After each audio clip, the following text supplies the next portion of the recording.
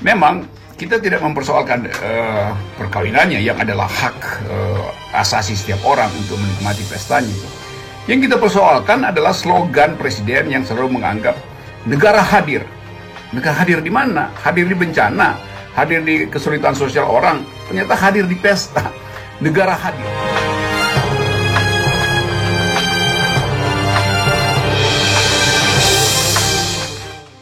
Jadi satu peristiwa privat, perkawinan itu kan peristiwa privat.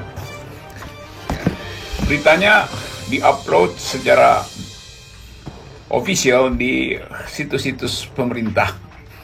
Ini pernikahan abad ini atau sesuatu yang memungkinkan orang untuk jadikan itu monumen. Kan biasanya yang diberitakan itu kalau dia resmi masuk seluruh fasilitas komunikasi publik negara, peristiwa itu harusnya monumental tuh. Nah, monumentalnya sebuah peristiwa kalau dia berhubungan dengan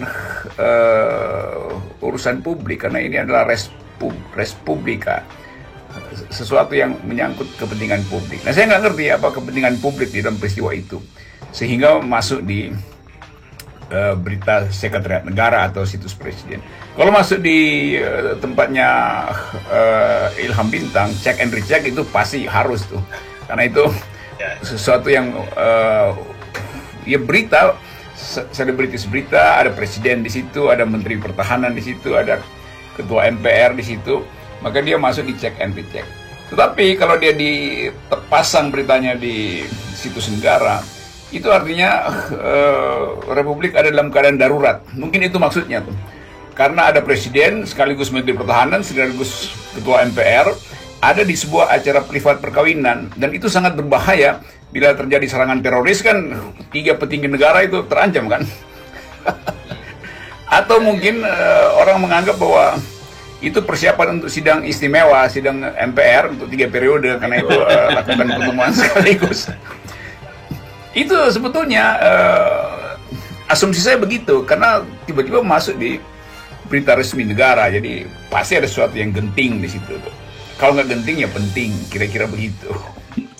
Ya memang betul, jadi orang yang di luar negeri pun mengamati bahwa Indonesia ada dalam keadaan yang sulit. Karena itu semua orang peduli dengan kesulitan ekonomi, kesulitan kesehatan, kesulitan kekerasan, terorisme. Tapi tiba-tiba ada berita nyempil, dan itu melibatkan 3 pejabat tinggi negara tuh. Jadi sangat masuk akal orang mencibir pada kegiatan itu. Bahwa presiden betul-betul bukan tidak punya sense of reality, tapi juga sense of urgency. Jadi dia nggak ngerti realitas, dan juga dia sekaligus nggak ngerti mana yang urgen.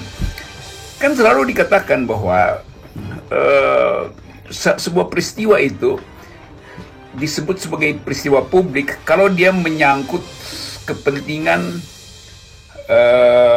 orang banyak, kepentingan orang banyak, bukan kepentingan banyak orang. Itu beda tuh.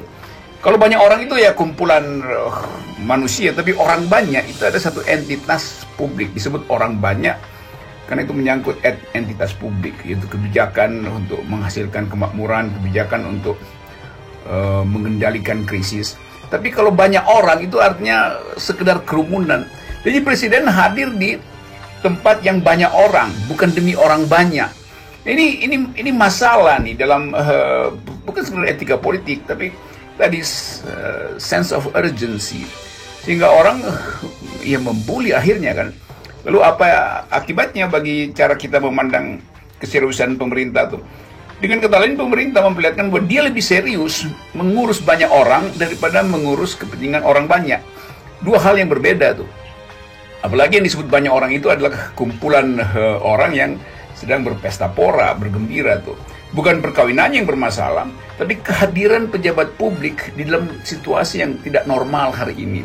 Itu yang dipersoalkan orang lain. Kalau Indonesia COVID-nya udah teratasi, vaksinnya udah herd immunity udah tercapai, 70% orang Indonesia udah divaksin, maka presiden mungkin datang ke situ untuk memperlihatkan bahwa udah aman loh, nggak ada problem lagi itu. Jadi simbol presiden itu kan simbol mistik. Jadi dia ada di situ, orang bertanya ada mistik apa hadir dalam sebuah perkawinan di tengah-tengah krisis multidimensi. yang sedang dihadapi bangsa. Itu yang jadi kerisauan publik. Mungkin maksud dokter itu ada dua jenis virus sekarang. Ada virus radikal, COVID radikal, itu tempatnya di Petamburan, dan ini COVID yang familial, COVID yang bersahaja tuh. Adanya di pesta perkawinan siapa namanya tadi itu, selebritis itu tuh. Jadi presiden sekarang tahu mana COVID yang berbahaya, dia hindari. COVID yang tidak berbahaya, dia sambangi tuh. Bahkan COVID yang berbahaya itu mengakibatkan pemenjaraan Habib Rizik tuh. Jadi kita lihat lagi kontras itu tuh. Dan dokter tadi itu dokter yang cerdas dan cerdik, karena dia berupaya untuk memberitahu pada publik bahwa ada ketidakseimbangan, bahkan ketidakadilan, bahkan diskriminasi justru di masa COVID, karena dia dokter. Dia tahu bahwa dua-duanya adalah COVID. Emang yang di Petamburan waktu itu COVID-nya apa? COVID-20, yang ini COVID-19, yang 20 lebih berbahaya tuh. Jadi selalu kita melihat bahwa publik kita sangat cerdas dan sangat kritis untuk mengevaluasi aktivitas fisik dari presiden. Saya sebut aktivitas fisik ya, karena kalau aktivitas mental ya mungkin kita nggak bisa baca jenis aktivitas mental beliau, apalagi aktivitas kognisi itu mungkin sama sekali hilang untuk dipikirkan itu. Jadi aktivitas fisik yang diperlihatkan itu mondar-mandir dari satu kerumunan ke kerumunan yang lain kan. Jadi kalau ditanya apa kegiatan Presiden Jokowi selama COVID, ya mondar-mandir dari satu kerumunan ke kerumunan yang lain. Berarti berapa tahun tuntutan hukuman kalau dibandingkan dengan Habib Rizik yang hanya 2 kerumunan itu? Kue sera-sera, saya nggak tahu jawabnya tuh. Mestinya jawabannya nanti kita tunggu lagi di situs Presiden tuh. Mungkin ada berita baru di situ. Iya, dia para petugas ini, Pak Polisi atau bahkan Satpam atau Hansip di daerah itu pasti malam ini itu lagi memaki-maki istana tuh, atau bahkan lagi menyinyirin presiden. Hanya mereka nggak punya Twitter dan terlarang sebetulnya untuk memberi kritik. Tapi kita orang merdeka bisa membaca kejengkelan dari pejabat-pejabat kecil di daerah tuh. Mereka dipaksa untuk 24 jam menjaga kerumunan, dituntut untuk selektif betul-betul dalam memberi izin. Karena mereka lihat bosnya itu, bos tertinggi dia itu menghadiri royal wedding di masa COVID itu. Jadi terlihat lagi bahwa kemampuan apa yang disebut simpati publik terus-menerus menurun itu. Dan kepekaan presiden juga betul-betul nggak ada. Kita pusing tuh merumuskan apa penyakit apa sebetulnya yang sedang diidap oleh presiden. Apa ada semacam gangguan kognisi atau ada defisit di dalam estetika kekuasaan sehingga berupaya untuk mencari sensasi. Kan yang terjadi kan sensasi sebetulnya kan. Bagaimanapun yang menikah itulah tokoh publik. Presiden datang ke situ, berarti presiden cari sensasi. Bayangkan misalnya kalau yang mengundang adalah tokoh oposisi misalnya tuh, dan tidak dikenal, presiden mungkin anggap ya udah dikirim aja, ngabalin ke situ tuh.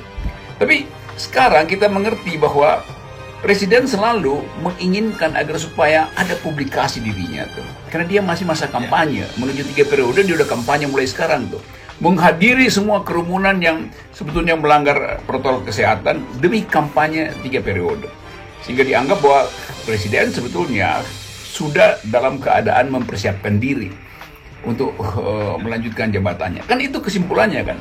Yang lebih gila lagi adalah peristiwa privat diubah jadi peristiwa publik. Ini perkawinan tuh peristiwa privat, kenapa ditaruh di situs sekretariat negara tuh? Tentu supaya ada jejak digitalnya bahwa presiden peduli dengan tokoh-tokoh yang pernah membantu dia dalam kampanye dan minta agar supaya tokoh-tokoh ini, kaum selebritis, dukung lagi beliau menuju 3 periode. Kan itu sebetulnya pesan terselubungnya. Nah yang sekarang terjadi, pesta semacam ini dianggap sebagai pesta publik, sebagai cafe society yang tidak ada kaitannya dengan kepentingan publik sebetulnya kan. Apalagi untung saya nggak pernah nonton TV lagi, tapi TV itu kan, TV apapun, mau TV negara atau TV publik atau TV swasta, itu memakai frekuensi publik, frekuensi yang kita punya. Jadi nggak boleh satu televisi itu diblok untuk kepentingan sebuah keluarga, mentang-mentang karena presiden ke situ. Karena ini adalah frekuensi publik, ini di atas kepala saya ini lalu lintas sinyal itu adalah milik kita sebagai rakyat. Itu dipakai, artinya dimonopoli kan, walaupun dalam 2 jam apalagi 3 jam tuh. Jadi bertambah sebetulnya problemnya itu pemerintah betul-betul nggak ngerti bahwa urusan privat itu jangan sekali-sekali dirubah menjadi urusan publik sehingga ada hak untuk mengambil hak rakyat terhadap frekuensi itu. Jadi sekali lagi ini kekacauan-kacauan semacam ini yang kadang-kala ini peristiwa yang ecek-ecek sebetulnya, tapi di belakang peristiwa ini kita bisa baca seluruh kedunguan kekuasaan, seluruh kedunguan televisi, seluruh kedunguan mereka yang mengeluk-elukkan karena peristiwa ini dihadiri oleh presiden. Mestinya malu bahwa peristiwa ini dihadiri presiden sementara disiarkan di televisi, sementara Habib Rizik itu ditutup-tutupi beritanya, Jumhur Hidayah ditutupi segala macam. Jadi kontrasnya begitu. Pada peristiwa Habib Rizik, peristiwa publik, kita mau tahu apa yang terjadi di ruang sidang, dan itu dibatasi akses kita ke ruang sidang kan. Sementara sesuatu yang privat justru dibuka agar supaya kelihatan bahwa presiden adalah bagian dari tamu yang dihormati di situ. Padahal penghormatan diberikan pada peristiwa publik, bukan pada peristiwa privat. Memang kita tidak mempersoalkan perkawinannya yang adalah hak asasi setiap orang untuk menikmati pestanya itu. Yang kita persoalkan adalah slogan presiden yang selalu menganggap negara hadir. Negara hadir di mana? Hadir di bencana, hadir di kesulitan sosial orang, ternyata hadir di pesta. Negara hadir. Hadir di pesta rupanya. Jadi slogan itu yang kemudian di file, diarsipkan di dalam situs-situs kepresidenan kan. Jadi orang akan buka nanti satu waktu mungkin 10 tahun ke depan, milenial berupaya untuk memahami apa sih artinya negara hadir tuh yang pernah dibicarakan 10 tahun lalu oleh bapak ibunya tuh. Dia menjadi sejarah, lalu si milenial ini buka situsnya. Negara hadir, oh artinya presiden menghadiri perkawinan selebritis, itu namanya negara hadir. Iya, kalau kita belajar, saya nggak tahu, karena itu dari tadi saya mau cari istilah nggak ketemu, karena nggak ada di dalam teori cultural studies, dan di dalam teori vernakular politik segala macam itu yang mencoba menghubungkan antara demokrasi, opini publik dan status komunitas, itu nggak ada. Jadi betul-betul unik Indonesia, yaitu negara hadir. Artinya hadir di dalam kemewahan pesta pora, bukan hadir di dalam kemiskinan atau hadir dalam penderitaan orang, tapi hadir di dalam kegenitan. Nah, saya dapat akhirnya tuh. Jadi kegenitan politik yang diperlihatkan hari ini.